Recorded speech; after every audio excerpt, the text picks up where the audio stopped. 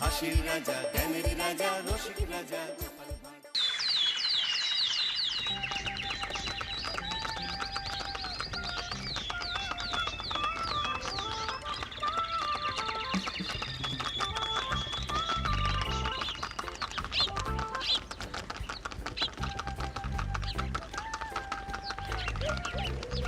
অনেক দিন পর বেশ লাগছে বন ভ্রমণ। মাঝে মাঝে কাজের ফাঁকে এইসব জায়গায় এলে মন খুব ভালো লাগে। শুদ্ধ বাতাস, মাটির সোনা গন্ধ, পাখির কলতান, আহা।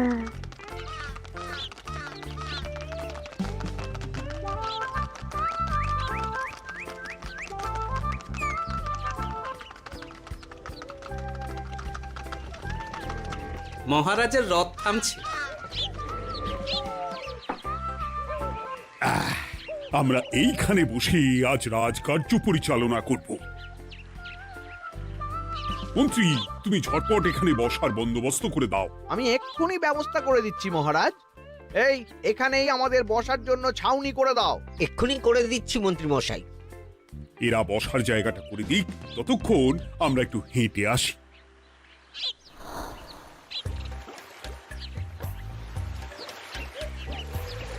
সকালবেলা হাঁটা শরীরের পক্ষে খুব ভালো মহারাজ।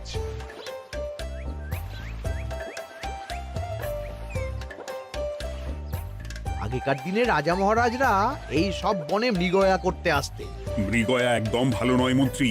তুমি জঙ্গলে আসছো অন্য প্রাণীদের মারতে। কেন মারবে? ওরা তো তোমার কোনো ক্ষতি করেনি। না, তা করেনি, কিন্তু তখন ওটা রাজা মহারাজাদের খেলা ছিল। শুনেছি আপনার প্রপিতামহ খুব ভালো বাঘ শিকার করতেন, অনেক বাঘ মেরেছেন। মন্ত্রী, তুমি একটা কথা হয়তো জানো না। আমার প্রপিতামহ শিকার করতেন, কিন্তু কোনো স্বাভাবিক জানোয়ারকে নয়। যে বাঘ মানুষ খেকো হয়ে প্রজাদের ক্ষতি করত, আমার প্রপিতামহ সেই সমস্ত বাঘদেরই মারতেন। এছাড়া উনি বন্য প্রাণী সংরক্ষণ করতে বড়ই ভালোবাসতেন।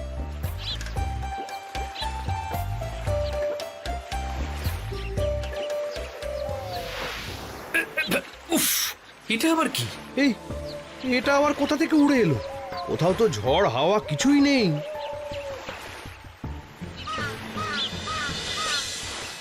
একটা ধাঁধা মহারাজ, এই কাগজে লেখা।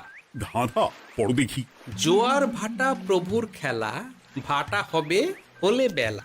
ভাটা হলেই দেখা যাবে লাল রঙের এক পাথর পাবে। নদীর ধারে গর্ত করে যত্নে সাজাই কলস ভরে। হেথায় হোথায় ছড়িয়ে যাহা, অন্ধকারে জলে তাহা। ঢুকলে চক্ষু ঝলসে যাবে, হাতের কাছে ঘন্টা পাবে। ঠিক ঘন্টা বাজলে পরে পড়বে ঝরে থরে থরে। ঘন্টা যদি হয় ভুল, যেন তুমি হারাবে কুল। ঠিক ঘন্টা চিনতে হলে নকশা দেখো চক্ষু খুলে। সিন্দুক দেওয়ালে হাত দাও, আসল ঘটনা জেনে নাও। ওরে বাবা, খুব দীর্ঘ ধাঁধা। তা মন্ত্রী, তুমি কিছু বুঝলে? এটা একটা গুপ্তধনের নকশা। এর মধ্যে গুপ্তধন কোথায় আছে তার একটা ধারণা দেওয়া আছে। গুপ্তধন? ওটা আমাকে পেতেই হবে, পেতেই হবে। দেখি দেখি, একবার কাগজটা দাও। গোপাল, কাগজটা আগে আমার হাতে দাও, দেখি ভালো করে।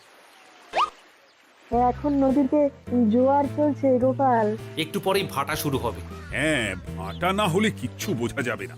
এখানে স্পষ্ট লেখা আছে, ভাটা হলেই দেখা যাবে লাল রঙের এক পাথর পাবে। তার মানে আমাদের ভাটা হওয়া পর্যন্ত অপেক্ষা করতে হবে।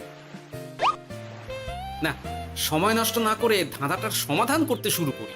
ভাটা হলে একটা লাল রঙের পাথর দেখা যাবে, এই পর্যন্ত পরিষ্কার আছে। বুঝতে হবে ওর পর থেকে। পড়ো গোপাল, চলো আমরা সবাই বুদ্ধি লাগাই। নদীর ধারে গর্ত করে যত্নে সাজাই কলস ভরে। এটার অর্থ, ধাঁধাটা মাথায় বসিয়ে নিয়েছি, এবার কে কি বলবে সেটা শুনতে হবে। চলো গোপাল, আমরা ধাঁধা যেমন যেমন বলেছি তেমন তেমন ভাবেই চলি। চলুন মহারাজ, এখন আমাদের দেখতে হবে লাল পাথর। কোথায় আছে লাল পাথর? চলো চলো সবাই, চোখ কান খুলে আমরা নদীর পাড় ধরে হাঁটি। আমি একটু তফাতে হাঁটি। গুপ্তধন আমাকে একা পেতে হবে। ভাটা হলেই দেখা যাবে লাল রঙের এক পাথর পাবে। আমাকে চোখ কান খোলা রাখতে হবে। লাল পাথর, নদীর চড়ায় লাল পাথর দেখতে হবে। লাল পাথর, লাল পাথর। ওটা কি? তো এই তো লাল পাথর, লাল পাথর। ওরা অনেকটা এগিয়ে গেছে, ওদের আমার দিকে নজর নেই। এই সুযোগ, এই সুযোগ, একা একা গুপ্তধন নিয়ে পালাবো।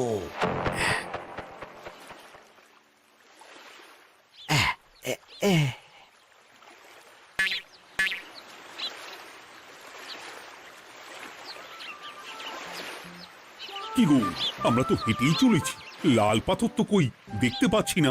আরেকটু হাঁটতে হবে মহারাজ, গুপ্তধন বলে কথা, ওকে আর সহজে ধরা দেয়? সেটা অবশ্য সঠিক কথা। আচ্ছা, আমরা সবাই তো আসছি হেঁটে হেঁটে, মন্ত্রী মশাই গেলেন কোথায়? ও কি যে ঘটে! সত্যি তো, মন্ত্রী কোথায়? ও সেনাপতি, মন্ত্রীকে দেখেছো? কই না তো মহারাজ। তাহলে কোথায় গেলেন মন্ত্রী মশাই?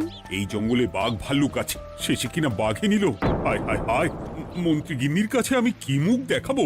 হুম, বাঘ ভাল্লুকের পেটে যাবার লোক তো মন্ত্রী মশাই নন। ও গোপাল, কি ভাবছো?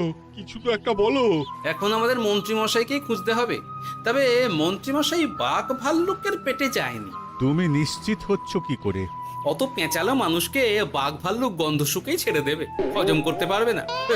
না না না, এখন রসিকতা করার সময় নয়, আমাদের মন্ত্রীকে খুঁজে বার করতেই হবে। কোথায় গেল মন্ত্রী? চলো চলো, গুপ্তধন মাথায় থাক, চলো মন্ত্রীকে খুঁজি।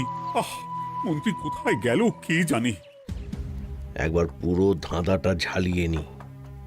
ভাটা হলেই দেখা যাবে লাল রঙের এক পাথর পাবে। ভাটা হয়েছে, লাল রঙের পাথরের মাথায় চাপ দিয়ে গুহার মুখও খুলেছি। এবার এবার নদীর ধারে গর্ত করে যত্নে সাজাই কলস ভরে। এটাই তো ঠিক বুঝতে পারছি না।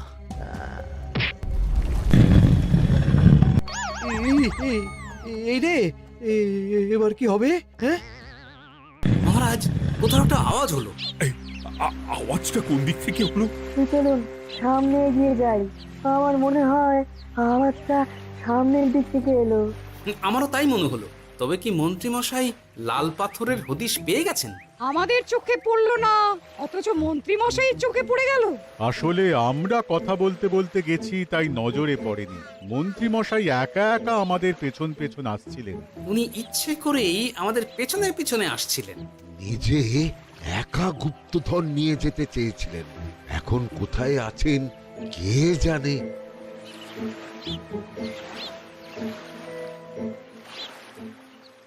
এই অন্ধকারে কিছু দেখতে পাচ্ছি না তো। দাঁতাতে কি ছিল? হ্যাঁ, কি ছিল? হেথায় হোথায় ছড়িয়ে যাহা, অন্ধকারে জলে তাহা, ঢুকলে চক্ষু ঝলসে যাবে, হাতের কাছে ঘন্টা পাবে। পেয়েছি পেয়েছি, ঘন্টা ঘন্টা ঘন্টাটা পেতে হবে। ঘন্টাটা ঘন্টাটা ঘন্টা।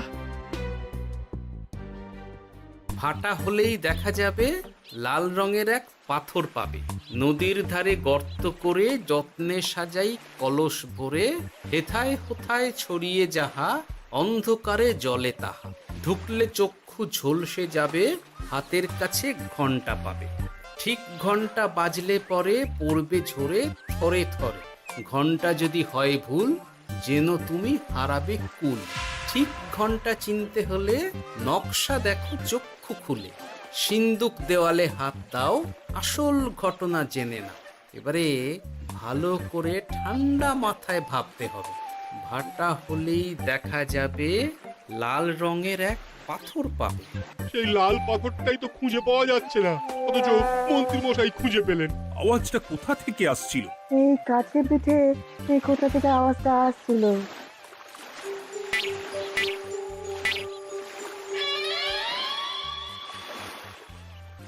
এই তো, এটাই মনে হয় সেই লাল পাথর। একটু নাড়িয়ে চাড়িয়ে দেখি তো কিছু হয় কিনা।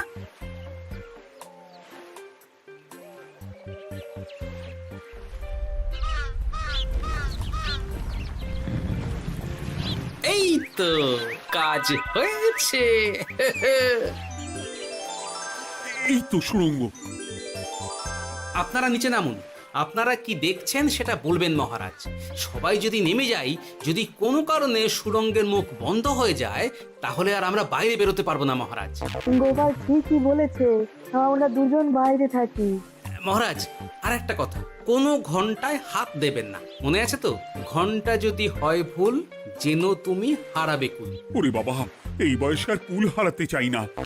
ঠিক আছে, তোমার কথাই অক্ষরে অক্ষরে পালন করব। দেখি এই সুরঙ্গে মন্ত্রীমশাইকে দেখতে পাই কিনা। চলুন মহারাজ, সুরঙ্গে নামি। সবাই সাবধানে নামো।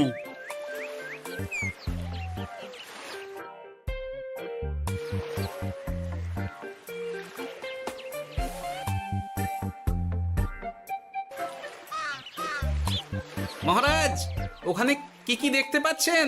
ওখানে কি মন্ত্রী মশাই আছেন? না গোপাল, মন্ত্রীকে এখনো দেখতে পাইনি। শুধু আমি এখানে অজস্র পাথর দেখতে পাচ্ছি। পাথরে পাথরে ছয়লা, ছোট বড় অজস্র। পাথরগুলো বড় অদ্ভুত, কিরকম কিরকম মানুষ মানুষ গড়ন। লম্বা বেঁটে হরেক রকম। মানুষ মানুষ গরম, সেটা কি রকম? আর কিছু? কোনো কলসি কি দেখতে পাচ্ছেন? কলসি তো দেখতে পাচ্ছি না। মহারাজ, কলসি থাকতেই হবে, কারণ ধাঁধায় লেখা আছে, নদীর ধারে যত্ন করে যত্নে সাজাই কলস ভরে। গর্তটা আসলে হলো সুড়ঙ্গ, কিন্তু কলস। মহারাজ, মহারাজ, এইদিকে এইদিকে একটা কলসের মতো কি যেন আছে। এইদিকে আসুন, এদিকে এদিকে। হ্যাঁ গোপাল, দেখতে পেয়েছি। এবার আমি যেরকম যেরকম বলবো সেই রকম সেরকমই করবেন। আমি বিজ্ঞানীকে নদী থেকে জল তুলে পাঠিয়ে দিচ্ছি। পাত্র কোথায় পাবে? আমাদের জল খাবার যে পাত্র আছে সেটা আনতে লোক পাঠাচ্ছি। ঠিক আছে। শুধু একটা কথা বলছি, আপনারা কেউই সুড়ঙ্গের ভেতরে কোনো কিছুতে হাত দেবেন না। কেন গোপাল? সব পরে বলবো, এখন আমি যা বলছি সেটা শুধু মনে রাখুন। সুড়ঙ্গের ভেতরে কিছুতে হাত দেবেন না। ঠিক আছে। প্রহরী, তুমি যাও, যেখানে আমাদের বসবার আয়োজন করা হয়েছে সেখানে গিয়ে একটা জলের পাত্র নিয়ে নদী থেকে জল ভরে নিয়ে এসো। গোপাল, মন্ত্রী মশাই কোথায় গায়েব হয়ে গেলেন? কোথাও গায়েব হয়ে যাননি বিজ্ঞানী, কোথাও গায়েব হয়ে যাননি উনি ওই সুড়ঙ্গের ভেতরেই আছেন। কিন্তু কেউ তো ওনাকে দেখতে পাননি। সম্ভবত পাথর হয়ে আছে। এখন কিভাবে পাথর হয়েছেন সেটা তো আমি বলতে পারবো না। সবটাই স্বপ্নের মতো লাগছে। ঠিক যেন স্বপ্নের মতো লাগছে। এই জীবনে সুরঙ্গ দর্শন হয়ে গেল। আমাদের পাতাল প্রবেশ। পাতালে আসিয়া আমি মনে মনে বলি, গুপ্তধর নিয়ে আমরা যেন সৎ পথে চলি। তোমার এখনো কাব্য আসছে সভাকবি? আসছে মানে কাব্যের সাথে আছে রোমাঞ্চ, করছে গা শীত, হচ্ছি আমি অধীর। মহারাজ, জল দিয়ে বিজ্ঞানীকে পাঠাচ্ছি। কি করতে হবে বিজ্ঞানীকে সব বলে দিয়েছি। তুমি ভেতরে আসবে না? আসবো ঠিক সময়ে। এখন আমি যেমন যেমন বলবো আপনি ঠিক তেমন তেমন করবেন। ঠিক আছে। বিজ্ঞানী, যেমন যেমন বললাম ঠিক তেমন তেমন ভাবে কলসিকে জল দিয়ে পরিষ্কার করবে। মনে রেখো, ধাঁধায় আছে কলসি সাজাই যতন কর। তুমি একটা কথা মনে রেখো বিজ্ঞানী, কোথাও হাত দিও না কিন্তু। ঠিক আছে গোপাল, তোমার উপস্থিত বুদ্ধির তুলনা নেই। আমি যাচ্ছি গোপাল। সাবধানে সাবধানে। মহারাজ, বিজ্ঞানী যাচ্ছে। সাবধানে নামো, সাবধানে। মহারাজ, কলসিটা কোথায়? ওই তো, একটু সাবধানে যাও।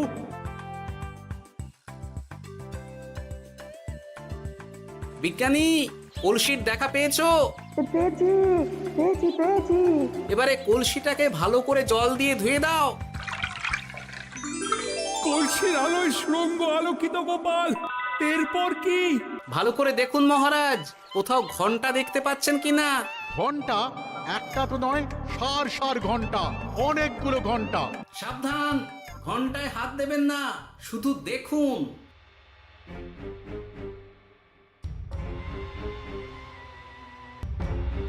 মহারাজ, আমরা গুপ্তধনের খুব কাছে চলে এসেছি। তাই নাকি? কি মজা, কি মজা, এবার খাবো ক্ষীরের গজা। আহ সভা কবি, চুপ করো। এখনো আমরা গুপ্তধন পাইনি। বাবার মুখে দাঁড়িয়ে সবগুলো তারা আঁকা। বিজ্ঞানী, কোনো ঘন্টায় চাঁদের নকশা করা আছে কি? একটু দেখে বলো না। আমি আতস কাজ নিয়েই দেখছি, সব ঘন্টাতেই তারা আঁকা। খবরদার, কোনো ঘন্টাকেই ছোঁবে না। ঠিক আছে, কোনো কিছু না ছুঁয়ে আমি দেখছি। পেয়েছি গোপাল, চাঁদ আঁকার ঘন্টা পেয়েছি। ওই ঘন্টাটা বাজাও, বাজাও।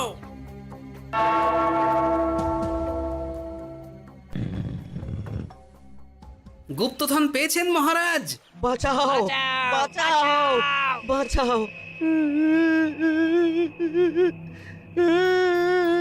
বাঁচান মহারাজ, বাঁচান বিজ্ঞানী, মহারাজ, মন্ত্রীর গলা পাচ্ছ না?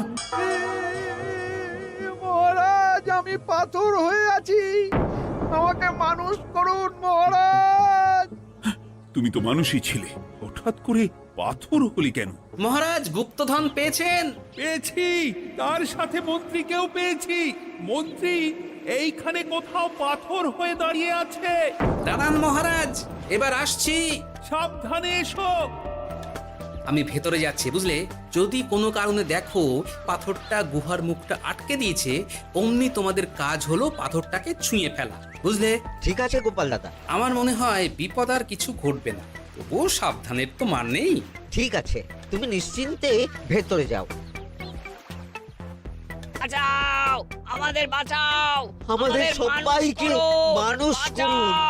আমাকে মানুষ করুন মহারাজ। আপনাকে তো মানুষ করা হবে মন্ত্রী মশাই। আগে বলুন, আপনি পাথর হলেন কি করে? ও, মনে পড়েছে, ধারার শেষ লাইন। সিন্দুক দেওয়ালে হাত দাও, আসল খবর জেনে না। সত্যি গোপাল, তুমি না থাকলে এই এত কিছু আমাদের সবার কাছে অজানাই থেকে যেত।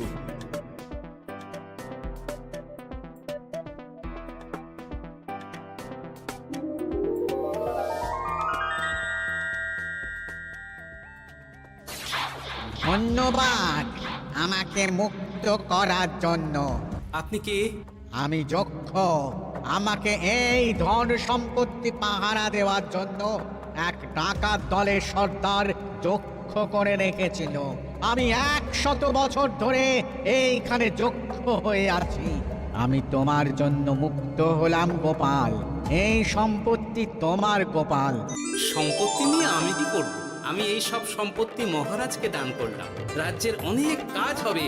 তুমি ধন্য গোপাল, তুমি ধন্য। এবার আমার যাবার সময় এসেছে, আমাকে যেতে হবে। যাবার আগে এই পাথরগুলোকে মানুষ করে যান। এরা সব লোভী। আমি আমার সীমিত ক্ষমতায় এই গুপ্তধনের ধাঁধাকে এখানে যারাই ভ্রমণ করতে আসে তাদের হাতে তুলে দিই, কিন্তু কেউ এই ধাঁধার সমাধান করতে পারে না। সবার মনে লোভ কাজ করে, এই লোভ এদেরকে পাথর করে রেখেছে। পাথর হলো কি করে? একটা মানুষ এসে বুক ভরা লোভ নিয়ে আধা পুরো না জেনে পাথরে হাত দিলেই সে পাথর হয়ে যাবে। আমাদের ভুল হয়েছে, আর লোভ করবো না, আমাদের বাঁচাও। আমাকে মুক্ত করে দিন, আমার খুব ভুল হয়েছে মহারাজ, মুক্ত করে দিন আমায়। তুমি এখানে আগে এসেছিলে, তাই তো আগে এসে ভাবলে নিজেই একা একা গুপ্তধনকে হরপ করে দেবে। এদিকে তোমাকে না দেখতে পেয়ে আমাদের কত চিন্তা হচ্ছিল। যারা লোভী তারা কারো কথা ভাবে না, শুধু নিজের কথা ভাবে। আমাকে আর একটা সুযোগ দিন, আমি আর লোভ করব না মহারাজ। ও, তোমার কথার কোনো দামই নেই। না মহারাজ, আমাকে আর একটা সুযোগ দিয়ে দেখুন, আমি আর লোভ করব না, আমাকে মানুষ করুন মহারাজ। আমাদের সবাইকে মানুষ করুন, দয়া করে মানুষ করুন। যক্ষরাজ, এদের আপনি ক্ষমা করে দিন। ঠিক আছে, তোমাদের আবার মানুষ করে দিচ্ছি।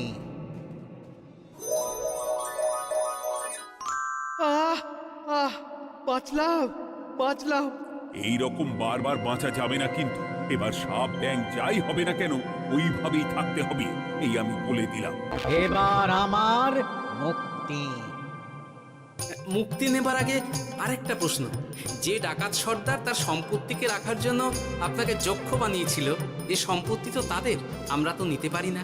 লোভ বড় খারাপ গোপাল, অতিরিক্ত লোভ মানুষকে পশু করে দেয়। ওই ডাকাত দল এই সম্পত্তির জন্য সবাই কাটাকাটি করে মরে গেছে, কেউ আর বেঁচে নেই।